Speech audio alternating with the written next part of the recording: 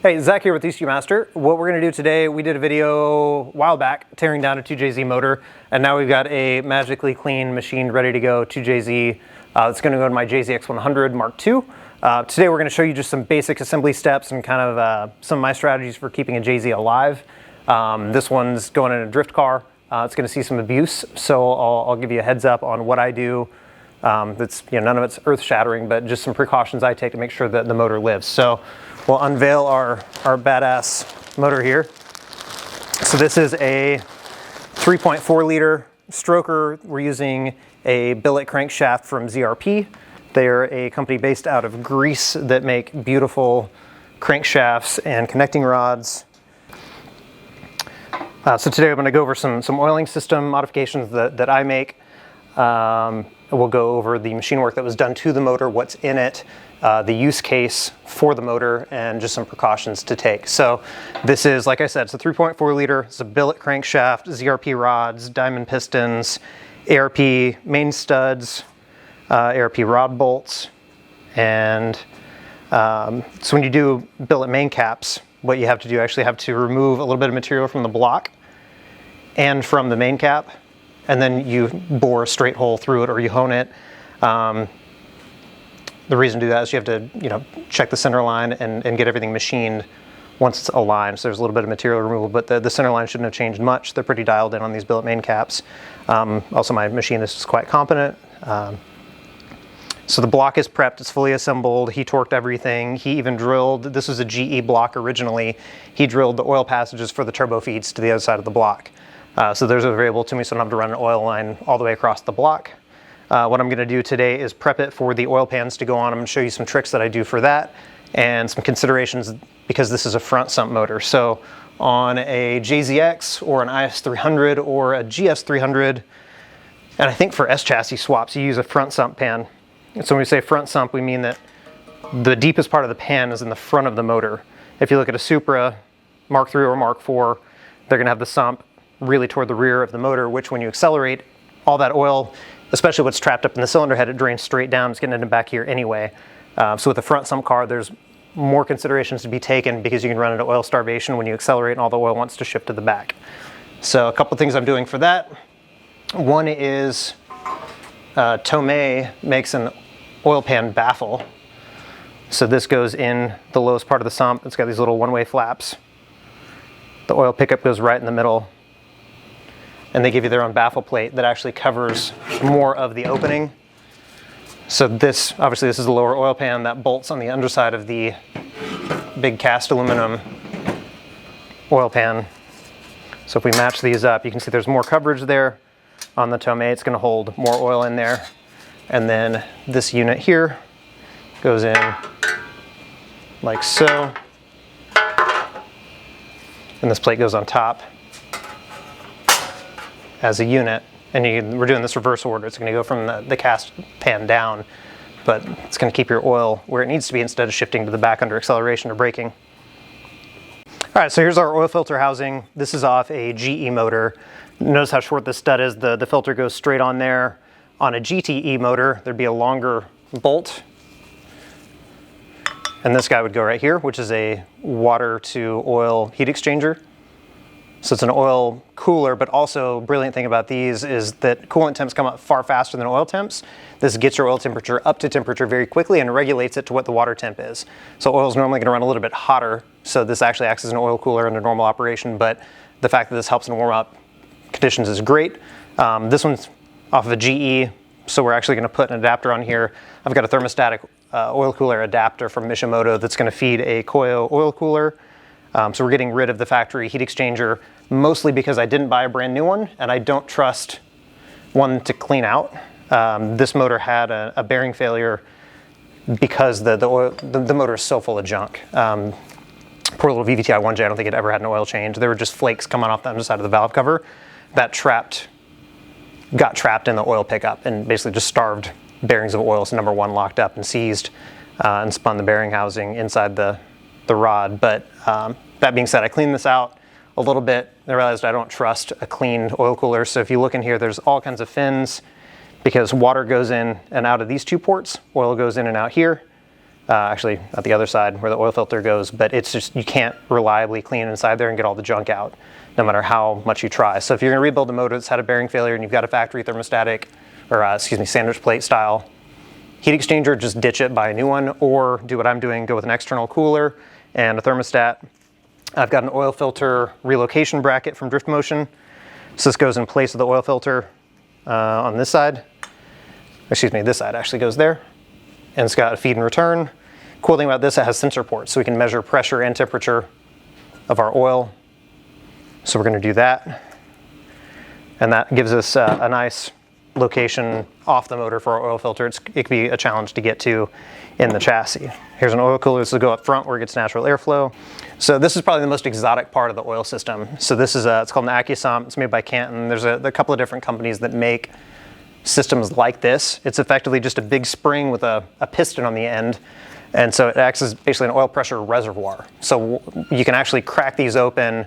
You can store pressurized oil in these when you turn the engine off. Yeah, there's either a manual valve or an electronic one. This one's gonna be electronic because we managed by the ECU. Once you key on, you can actually open that valve, pre-oil the engine, then fire it up. If you're on track, and like I said, if your oil moves around in the oil pan, you get a lot of oil trapped up in the cylinder head, you don't have enough oil pressure, this will actually start bleeding off and forcing oil into the motor. So the way you control one of these is either with a manual valve or an electric solenoid. I'm gonna do it electrically because we can just let the ECU manage it.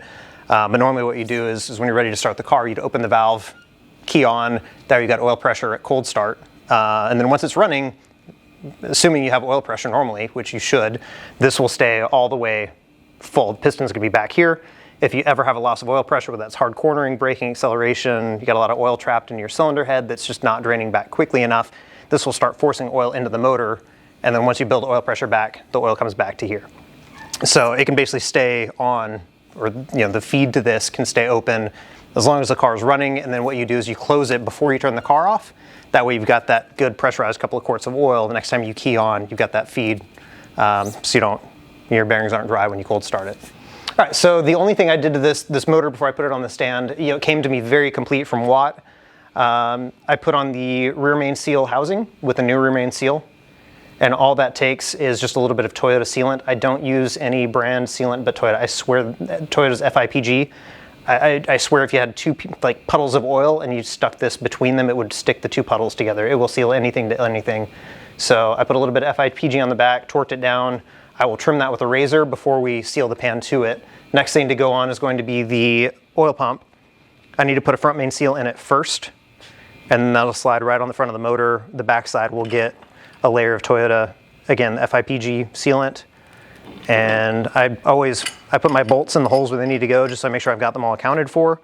And then I've got my manual open with the torque specs. My torque wrench set and ready to go to make it easy to bolt this thing on. But I do need to put in the front main seal first. Once that's on, then it's time to put the pans on. But the oil pump and the rear main seal housing have to go on first because the pan seals to them. So I've got a complete Toyota gasket kit here, which I'll say this once, and I hope everybody listens. There is no reason to ever cheap out on gaskets. And the Toyota stuff is better than anything I've ever used. So, and you even get, you get wild stuff like these are gaskets for the timing cover, the little plastic cover. They give you new rubber gaskets for that. So I'll say first, I've never seen a gasket kit as complete as a Toyota gasket kit. And two, I've never seen quality the same as Toyota, so it's just not worth cheaping out on. It can be hard to get them in the States. Like for a VVTi 1JZ, I had to get this. I think Everty stateside was out of stock when I bought this several months ago. So I had to get it from overseas. So here's our front main seal.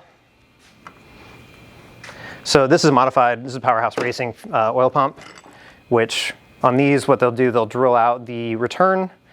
And then I believe most companies that modify these, they'll add a little bit more pressure to the bypass spring. So above a certain amount of oil pressure, it starts bleeding off internally.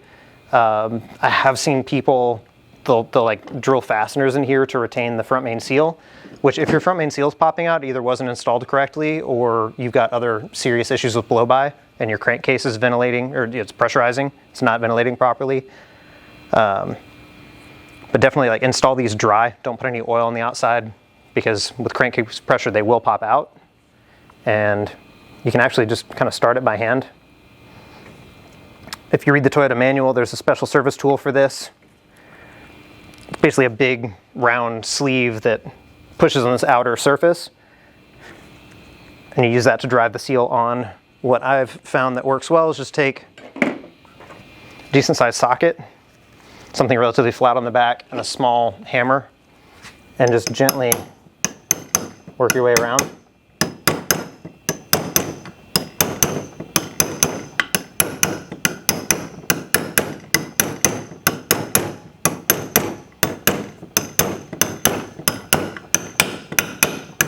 You hear the sound change as the socket hits the oil pump. The side's still high.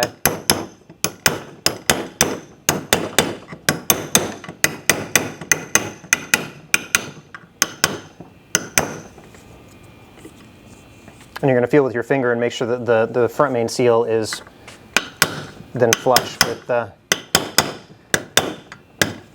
This actually had a burr on the back. It wasn't the best socket to use. There's a couple marks in the aluminum, but you get the idea that you want the front main seal to be flush with that housing. You don't want to cram it all the way back and put a ton of pressure on it for no good reason. And then if you use that front edge as a guide, you can get it nice and even. I'm going to switch tactics here. This one's a little smoother on the back.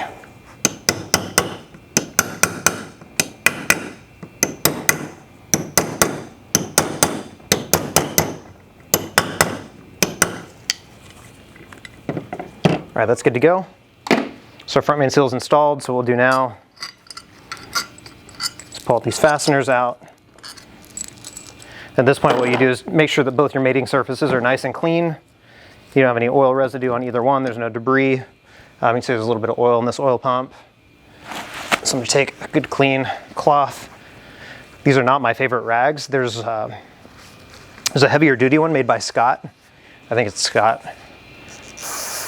That you can see like a lot more fibers in it, and those tend to hold up so much better. They don't leave as much debris. So I'm going to be really gentle, because on any machined edge you're going to drag back fibers from these cloths, so you don't want to make more mess than you're removing. So our goal here is to have a nice dry surface. It's free of any burrs, free of any trash. You see that brown means there was a little bit of dirt on there, so I'm just going to make another pass, make sure it comes back clean.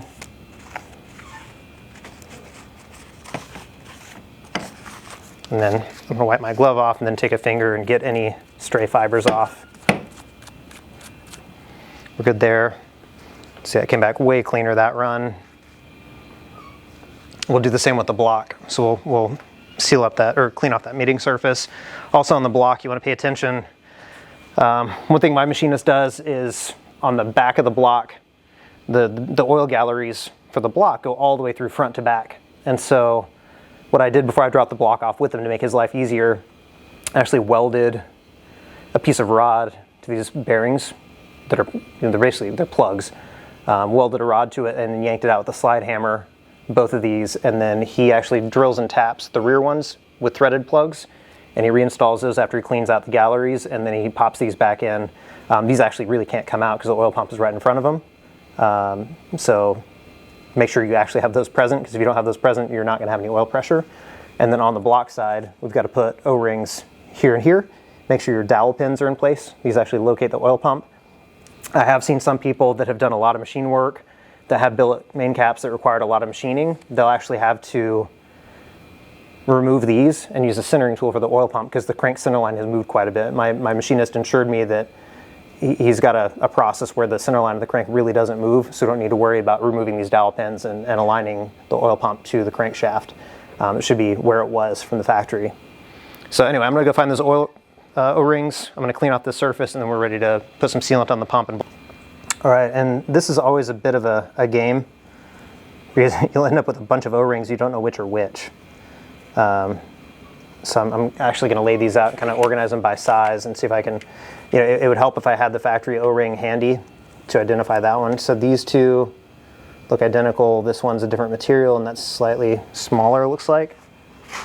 See if that pops right in there. That looks pretty happy right there. And then I'm going to kind of gauge the diameter.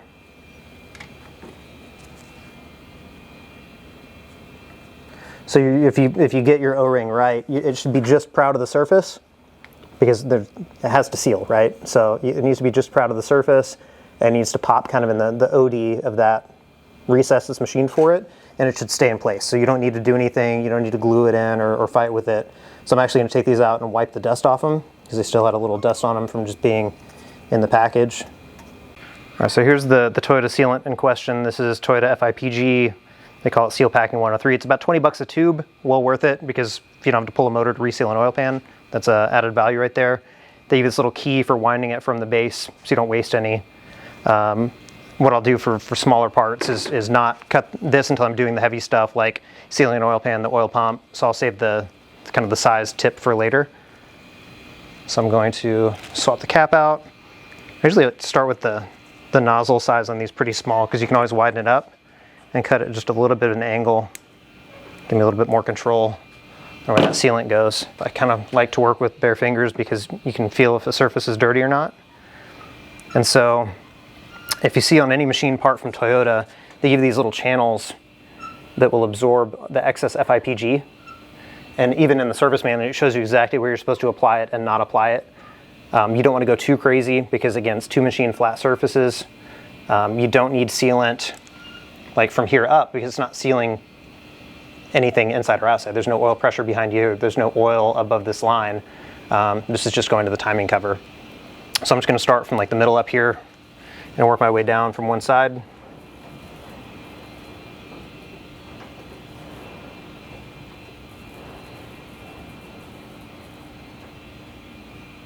I'm going to come back and grab on either side of a couple of these bolts.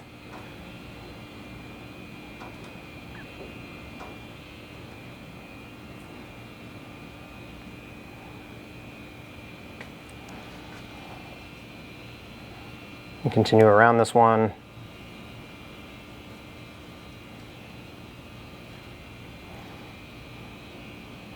This is another oil passage, so we're going to encircle that one.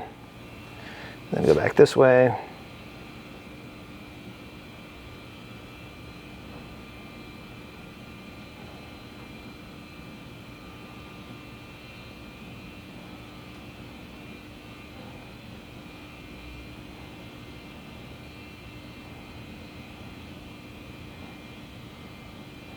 Just as a little peace of mind, just a little bit on the outside there, even though it doesn't need to be there.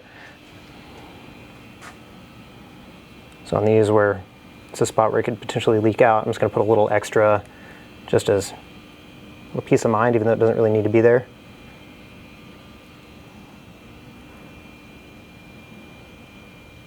You can see how sticky this stuff is. It really does not play around. But you can see it skins over eventually, so and again, just because I'm here.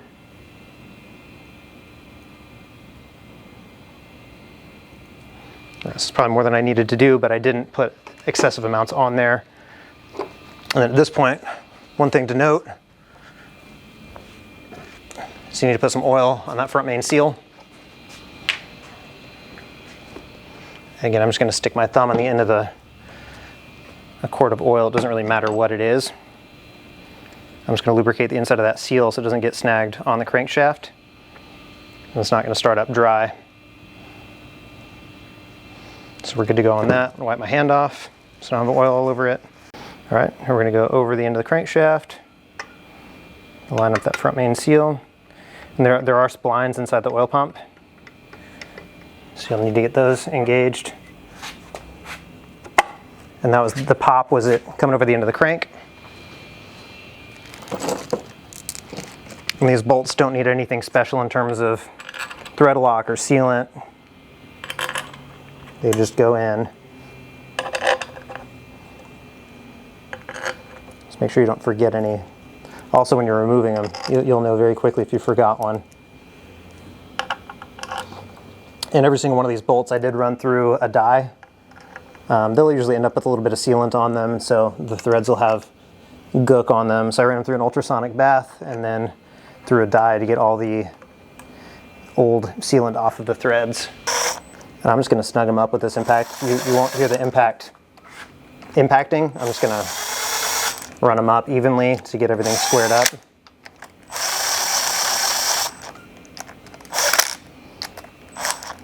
I'm using just barely any trigger here.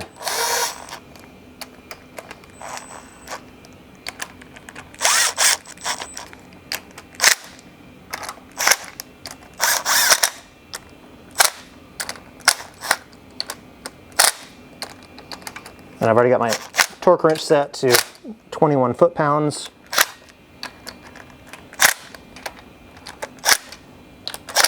So I'm gonna grab that and start going through these. So if you notice the way I'm using this torque wrench, the torque wrench has to be moving for it to read correctly. So you don't want to go too slow. You also don't want to power past the point where it beeps at you and lets you know that you've applied enough torque. So see, I'm keeping it moving, but I'm not. Like as soon as I get that feedback that it's on the beep, you want to, oop, yeah, I was angry about that one. That was a little aggressive. Then I'll go back and check them all. Losing my socket.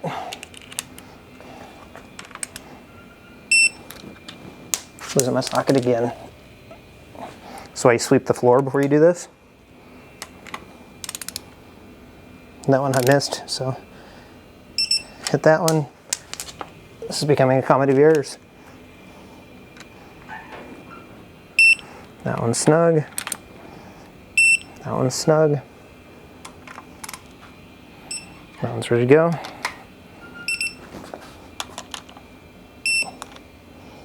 That's it. We got an oil pump on it. So now what I'm going to do is wipe off, now that our oil pump's snug, just take this and make a bead here. Just get rid of that excess.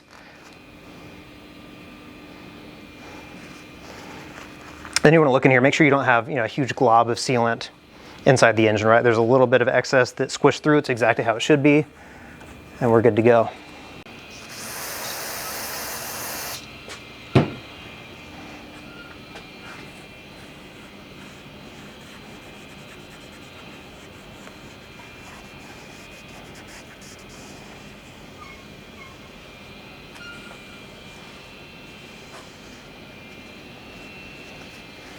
So when you're doing this, flip your rag often so you're not dragging contaminants from one part of the motor to another. Also lets you see how clean or dirty the surface is that you're trying to clean. And so there's always going to be a light coat of oil on here if your machinist works properly. I'm actually going to take a piece of tape and get some of this fuzz off because that's a little concerning. I'm just lightly cleaning this. I'm going to take a straight razor and shave off the excess sealant there.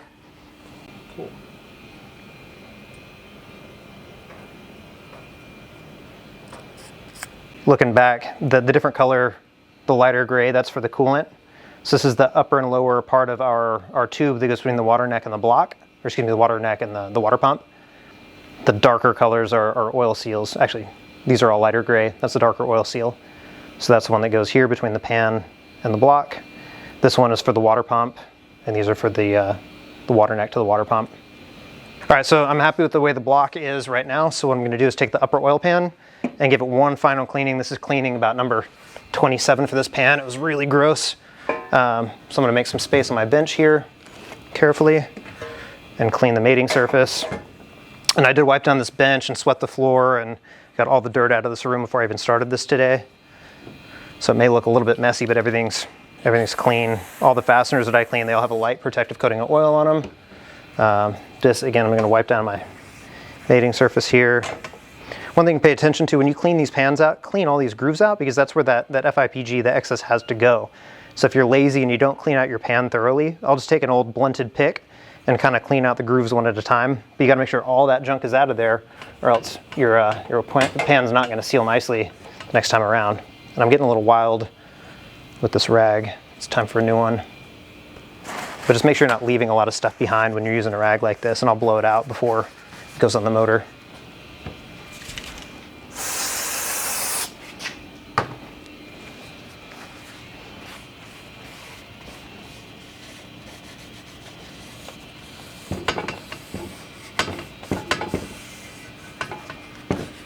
I'm noticing here at the end that there's one spot I forgot to clean out that groove.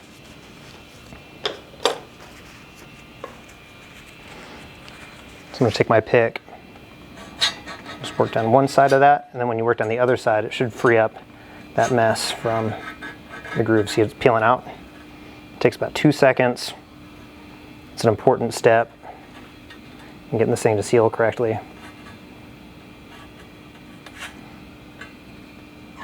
See, there's even a little bit of oil trapped underneath that. So I'm gonna get in there with a rag. Make sure that groove is nice and clean from front to back. All right, here's the fun part. This is a long run. So this is a really big pan. This is also super important because you can't drop this with the motor in the car because your transmission bolts to it. The oil pump has to go on first. There's just no physical space to get this oil pan set up out of the car once it's in. So, you know, it's wise to err on the side of using maybe a little bit more sealant than you maybe necessarily need. So I'm gonna clean the tip of this thing off and start going at it. And again, just watch your marks here. Go to inside and outside of most bolts. Toyota will tell you where they need to go in the manual. So away we go.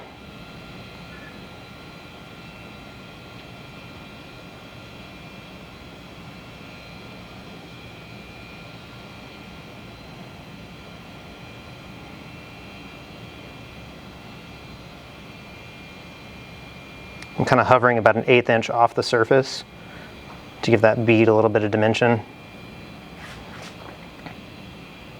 Try to be as consistent as you can with speed, and it's a challenge.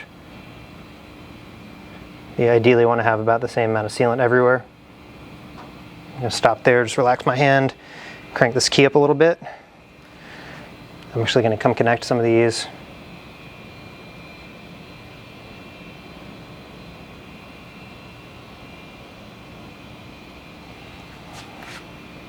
Start back here.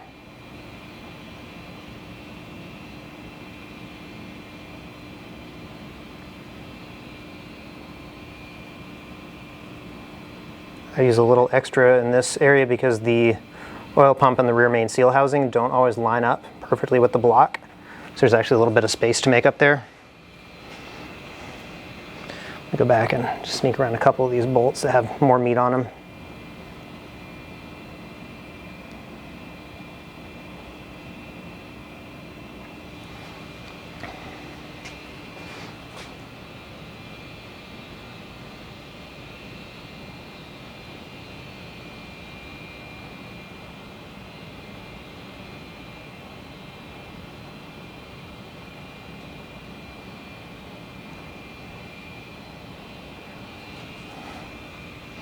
And you use almost a whole tube on this pan, in my experience. I mean, one tube will basically do a whole motor, but the vast majority of it goes into sealing the pans.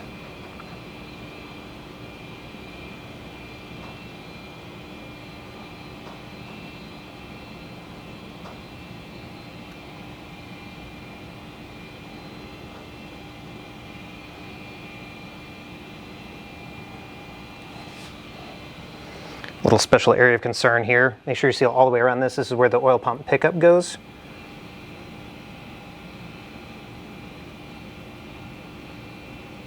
You don't need to get too crazy because the oil pump O-ring goes right in there.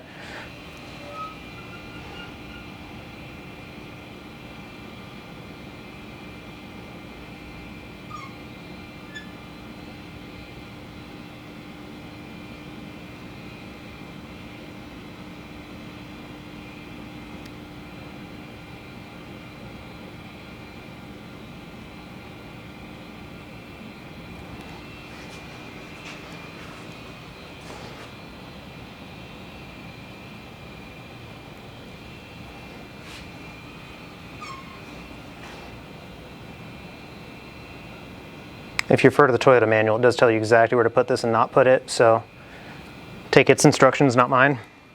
You gotta be relatively quick on getting this down. There are dowel pins to help you guide this on with. So what I'll do is look down through that hole on both sides and use that to guide the pan down. You wanna hit the dowels first, and then you're good to go. So I'm gonna start feeding it bolts.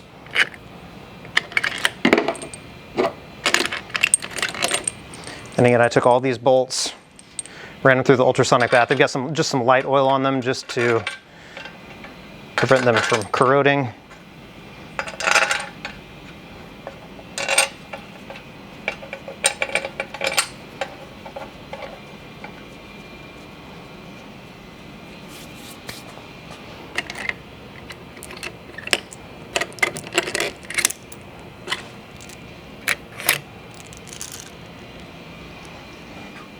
I'm just going to thread each of these in by hand a little bit as they go in. So this is one of those things where you have to do it relatively quick so that FIPG doesn't flash over and kind of grow skin on it as it cures. But you also don't want to rush it and make a mistake.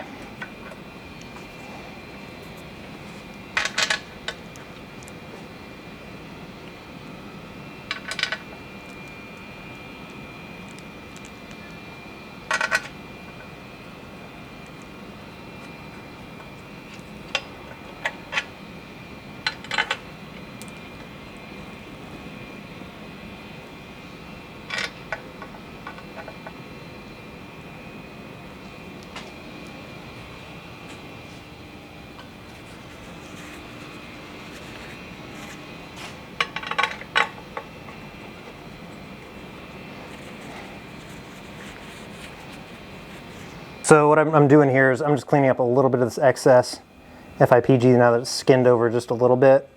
This little excess doesn't need to be here. Doesn't hurt anything if I remove it. May not be the neatest way of doing it, but this isn't a fine home remodel, it's just a motor. Problem is now I've got it all over my fingers and this stuff really does stick to everything. So anyway, I want to make sure it's not going to touch the crank pulley and get on other things. So it's wise just to remove any super excess. But if you look inside the motor here, there's just a nice thin bead, kind of pretty even all the way around. So there's not enough excess that's going to cause any clearance issues or get in the way of anything or fall off in the motor. That's about what it looks like from Toyota in terms of how much excess there is in the motor. I'm going to do the same on the back. So we've got flywheel clearance for the sealant. Make sure I don't have the flywheel dragging across any excess back there.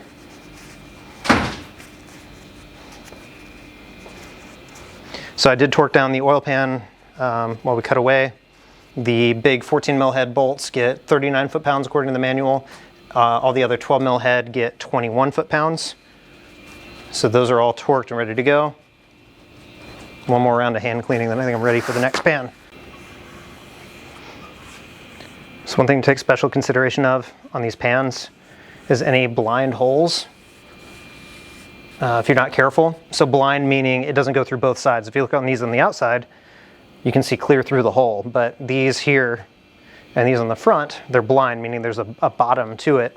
So I got in there with a pick. I used some brake cleaner and really softened up the silicone that was in there. And I used a pick to pick it all out because when you cram a new fastener in there that may have a little FIPG on it, it'll actually blow out the back. I've seen that happen where somebody just like hydrolocks the hole basically and drives FIPG into it bad enough that it cracks the back side of the pan. So you definitely don't want to do that. It's less of a concern on the holes that are through, but I did run a tap through all of them and a bolt to kind of clean it out. So all these threads are clean, and then I cleaned off every single one of the bolts to make sure we weren't going to have any issues with those. There's a lot of debris in here, so I ran it in an ultrasonic bath, flushed it through the parts washer overnight, and made sure it was really, really spotless. And don't ever forget there's a gasket between the oil pickup and the oil pump, the oil pan itself. So I kind of laid our baffle down. This goes here like so. I'm just kind of mocking it up. I've never installed one of these before, so I just want to make sure everything fits properly before I go ahead and start tightening it down.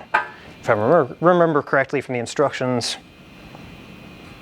you can actually tighten down the oil pickup first, and then I'll go through. So I'm going to put 2 bolts through here just to make sure it stays lined up before I start cinching stuff down.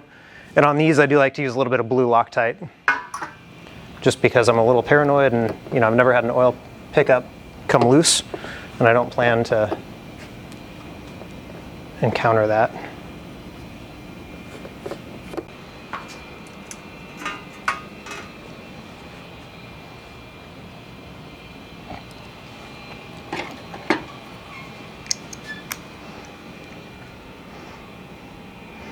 So I'm going to use the socket and my finger to hold this nut on and guide it onto that lower stud. You do not want to be dropping hardware into your motor, so do this one nut at a time.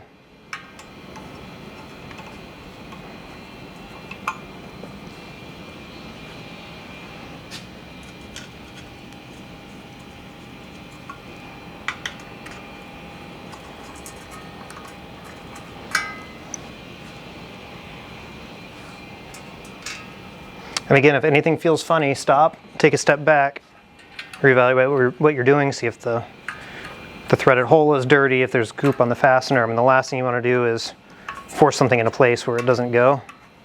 I'm leaving these two loose.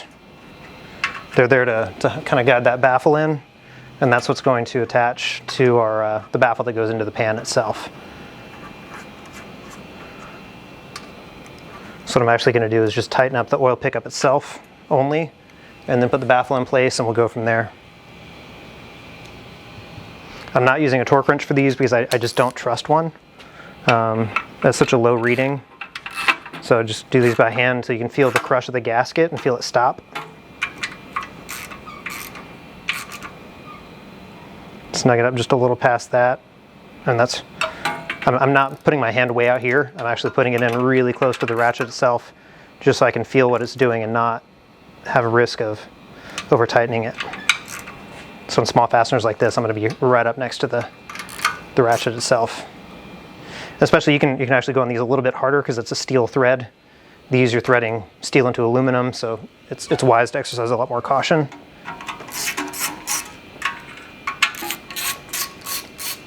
If I remember right, the baffle just goes on these three that I'm removing now.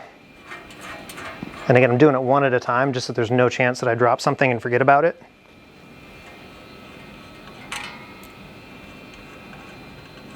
Now 3 fasteners.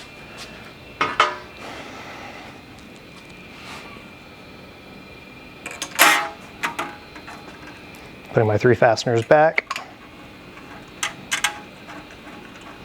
And you can see from this angle how the oil pickup is now trapped between all the walls of that baffle. So the oil is encouraged to go in but not out.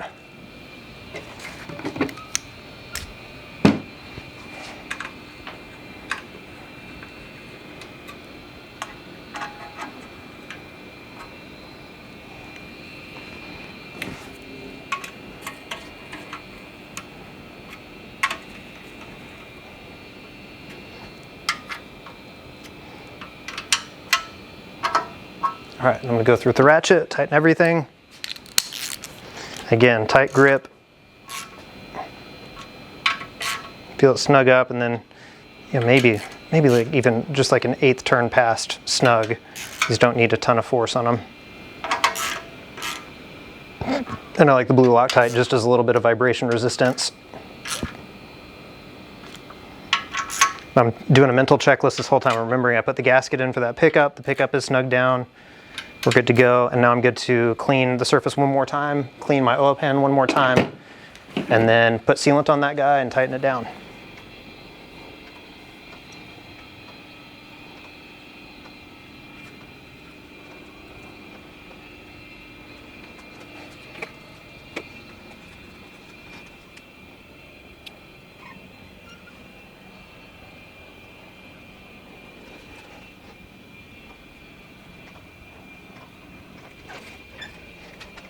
Yeah, just cinching up when you lose your grip on the tube. I use the key to cinch it up and apply a little more pressure to the back side of it. I'm going to go back and hit a couple of the outside of these holes, just as it's just kind of an insurance policy to seal on both sides of them.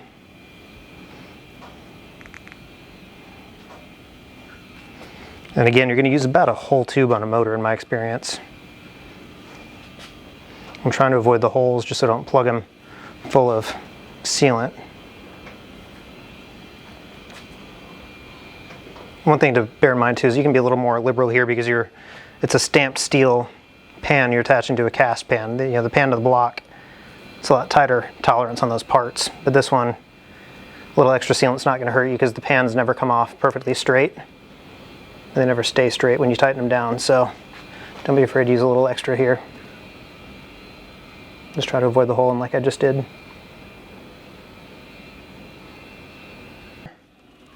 Line up one, line up the second. We're good to go. And then with our fasteners,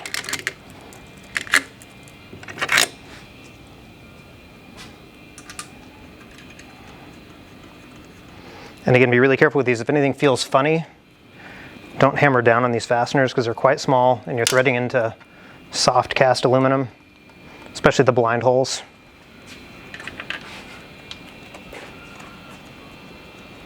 If you need to, back the fastener out, use a pick, get some of the sealant out of there, and then go back again.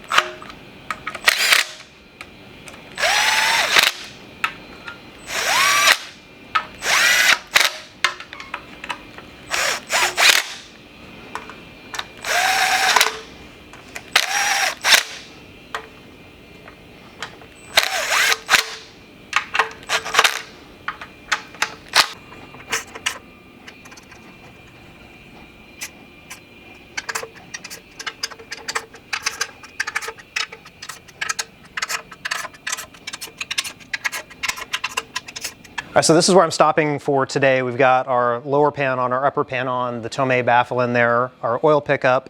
All the big fasteners are torqued. All the small fasteners were checked by hand twice. It's sealed up, so I'm actually, there's no like breeze or cross flow in here. So I'm actually gonna leave it open. If I flipped it over, the dust would collect on the top of the motor, which we don't want. So it's a good stopping point for the day. The next order of operations, you got some choices. You can put the cylinder head on right now and then do the timing components, but you have to do the water pump before the timing components go on. I'll explain to you once we get into that I'm doing a powerhouse idler. That's a failure point on JZ motors.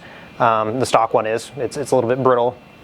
We'll throw our timing gear on and go from there. But yeah, I think next we'll probably do the water pump, but we'll flip it over for that and then get the head ready to go on and show you some of the steps there.